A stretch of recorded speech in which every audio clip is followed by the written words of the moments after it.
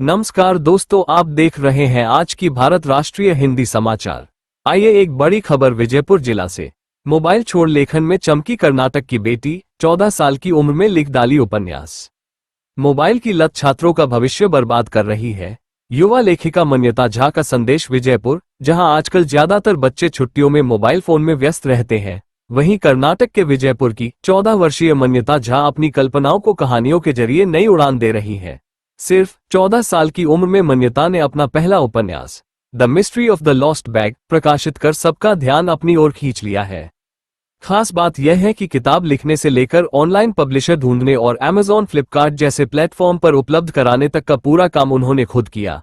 मन्यता फिलहाल 10वीं कक्षा की छात्रा है। SSLC परीक्षा की तैयारी के बावजूद उन्होंने लेखन को नहीं छोड़ा। मन्यता कहती है, इस साल पढ़ाई पर ज्यादा ध्यान देना होगा, लेकिन लिखना मेरा जुनून है, इसे मैं कभी नहीं छोड़ सकती।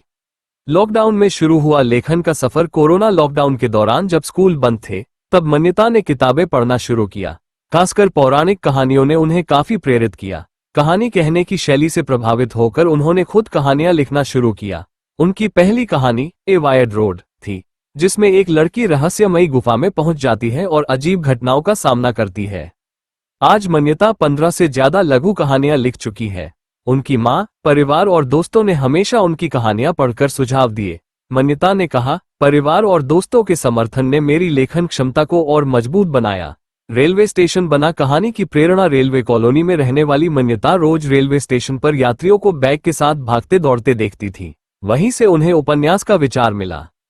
उन्होंने बताया, मैंने कल्पना की कि भीड़भाड़ वाले स्टेशन में एक लड़की अपना बैग खो देती है और फिर उसे खोजने के लिए संघर्ष करती है।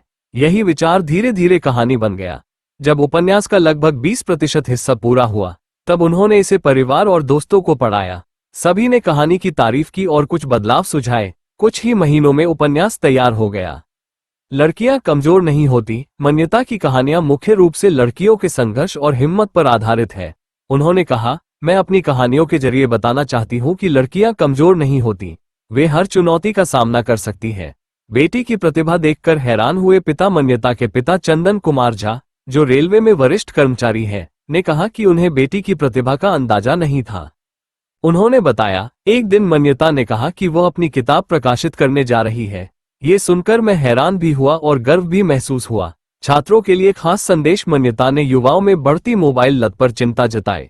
उन्होंने कहा, मोबाइल फोन आज की जरूरत है, लेकिन उनका गलत इस्तेमाल पढ़ाई और भविष्य दोनों को नुकसान पहुंचाता है।